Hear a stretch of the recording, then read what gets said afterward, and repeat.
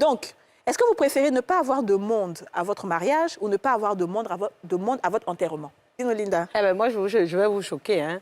Moi, personnellement, j'ai un problème avec les enterrements ici. Hein. Non, OK. mais vraiment, j'ai un vrai problème avec ça.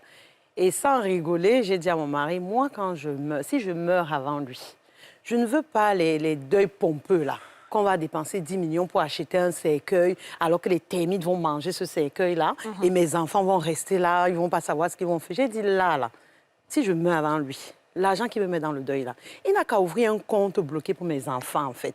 Mes enfants doivent bien vivre. Moi, là, j'ai déjà vécu. Je suis déjà morte. D'accord. Ah, je ne suis même pas là pour voir qui est venu, qui n'est pas venu. Donc, on m'enterre dans un linceul. C'est pour ça que j'aime bien les musulmans. 2 jours après, c'est plié. Donc, ça ne sert à rien de faire. Je parle comme ça parce que moi, j'ai perdu ma maman quand j'avais 15 ans. Mais j'ai subi le deuil. J'ai subi. C'est une épreuve qui est d'abord difficile, mais j'en tremble, en fait. C'est une épreuve qui est difficile. Et en plus, on doit encore te venir te dire, il faut pleurer, il faut ceci.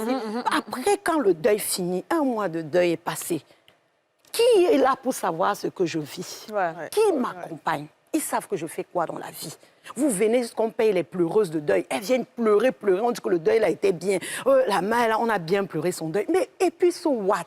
Et nous, les enfants qui avons perdu notre maman, qu'est-ce qu'on devient? Rien. Moi, j'aurais préféré que l'argent là qu'on a contribué pour faire le deuil de ma mère, là, qu'on enterrait juste ma mère et que l'argent là, on nous donnait, que voilà une participation, lancez-vous dans la vie, en fait.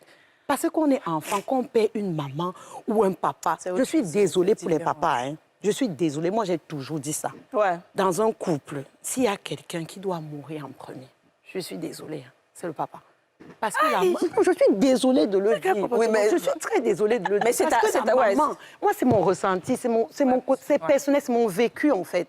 Parce que la maman fait beaucoup plus, tu penses? Oui.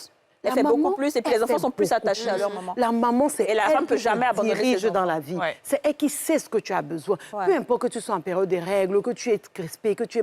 Le papa ne voit pas tout ça, en fait, nos papas africains. Alors que la maman, elle t'accompagne jusqu'au bout. Et dès qu'elle part là, tu sens qu'il n'y a plus de matelas, en fait. Que là, tu es livrée à toute seule. Merci, Linda. Franchement, c'est... Merci, c'était très fort.